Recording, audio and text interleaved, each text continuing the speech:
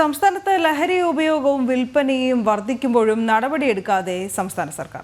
ആവശ്യത്തിന് ഉദ്യോഗസ്ഥർ ഇല്ലാത്തതും അടിസ്ഥാന സൗകര്യങ്ങളുടെ അഭാവവും തിരിച്ചടിയാകുന്നുണ്ട് എന്നാണ് വിലയിരുത്തൽ. 2024 അവസാനിക്കാൻ ഇനി ദിവസങ്ങൾ മാത്രം ബാക്കി നിൽക്കെ 7830 കേസുകളാണ് രജിസ്റ്റർ ചെയ്തത്. സംസ്ഥാനത്ത് നടക്കുന്ന ഗുണ്ട ആക്രമണങ്ങളിൽ ഭൂരിഭാഗവും ലഹരിയുടെ ഉപയോഗവും വിൽപ്പനയും മൂലമാണ്.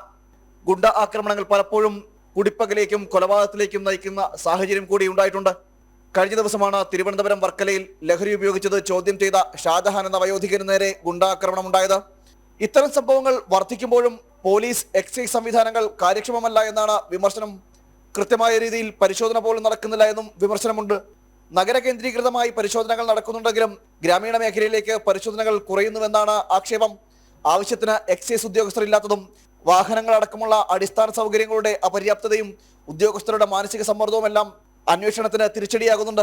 സംസ്ഥാനത്ത് മുമ്പെങ്ങും കണ്ടിട്ടില്ലാത്ത വിധം ലഹരിയുടെ ഒഴുക്കാണ്. കഞ്ചാവും ഹാഷിഷോയിലും ചരസുമെല്ലാം സംസ്ഥാനത്ത് സുലഭം. കൃത്യമായ രീതിയിൽ പരിശോധനകളും നടപടിയും ഘടിപ്പിക്കാത്ത സാഹചര്യത്തിൽ വലിയ വിപത്താണ് സംസ്ഥാനത്തെ കാത്തിരിക്കുന്നത്. ജനം, തിരുവനന്തപുരം.